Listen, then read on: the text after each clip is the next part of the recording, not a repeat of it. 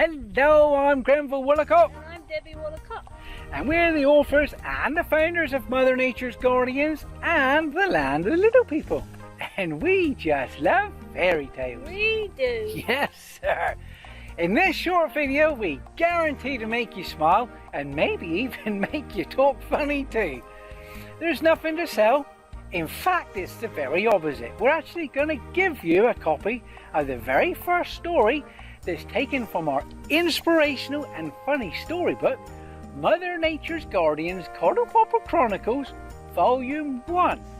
And you're also very welcome to share this video so that you can make someone else's day start with a smile as well. This humorous little storybook is based on true stories about the little people who live and work in the woods on our farm here in New Brunswick, Canada.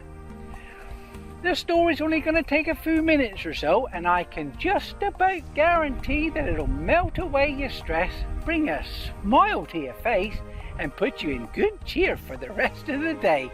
Yes, sir, how good is that? In exchange to see you smile, all that we'd like from you in return is for you to leave us a nice comment at the bottom of this video and tell us what you think of the story. Is that fair?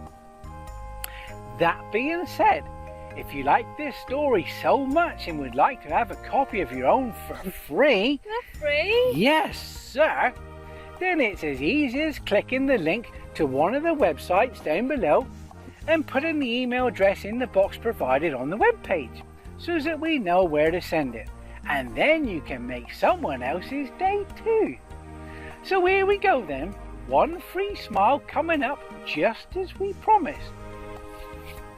It has been said that the best place to begin any story should be at the start.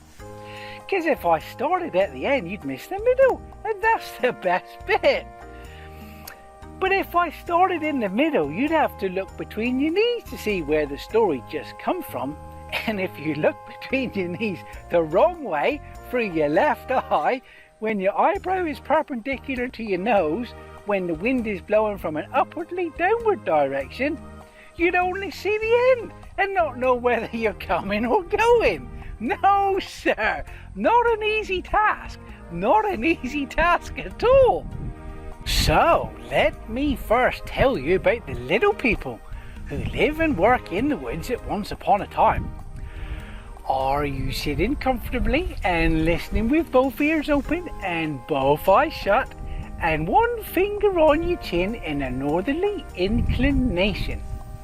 But don't let your finger slip into your nose. No, sir. No booger picking during story time, or booger eating too, come to think of it.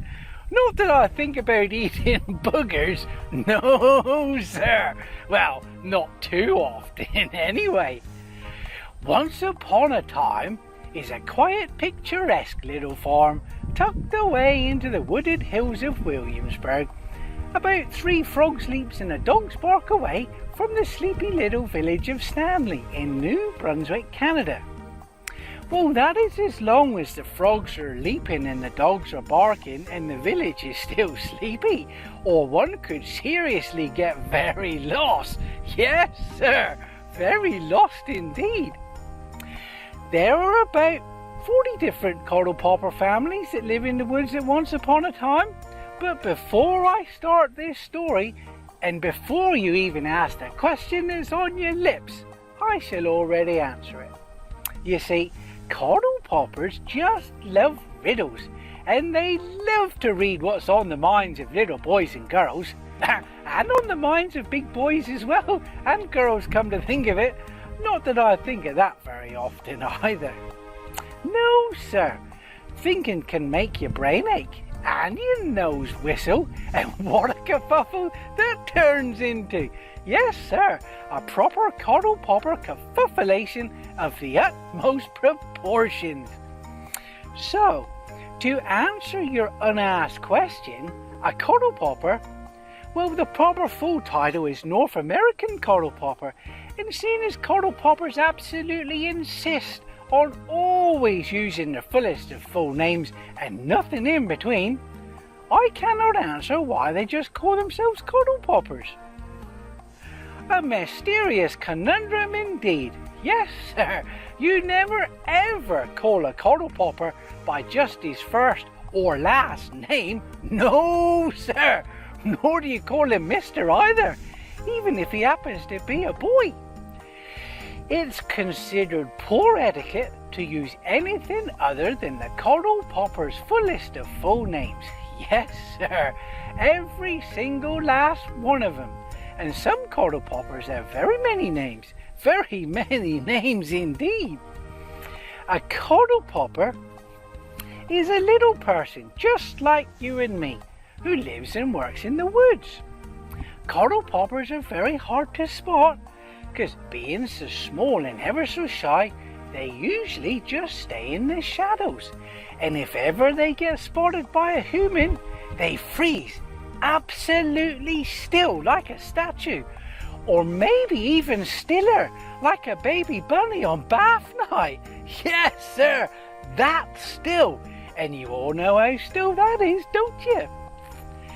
Have you one day ever believed that you once saw something move out the very corner of your eye, but when you turned to look at it, there was nothing there, except for maybe just a shadow? Or was there something in the shadows?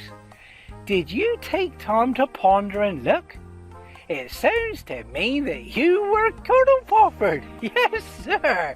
Cuddle poppers absolutely love to play their little tricks and games, especially on humans, and even more especially on other cuddle poppers. Yes, sir, they surely do. The most common time to see a cuddle popper, if you're patient enough and can keep quiet for long enough. I say keep quiet for long enough because, well, I'll tell you the answer to that in the next video. Just put your email address in the box over there.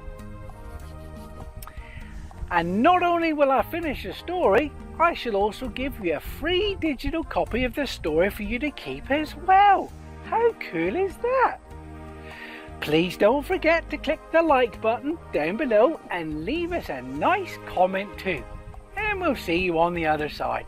Until next time, be good, keep smiling, and together we'll change the world one act of kindness at a time.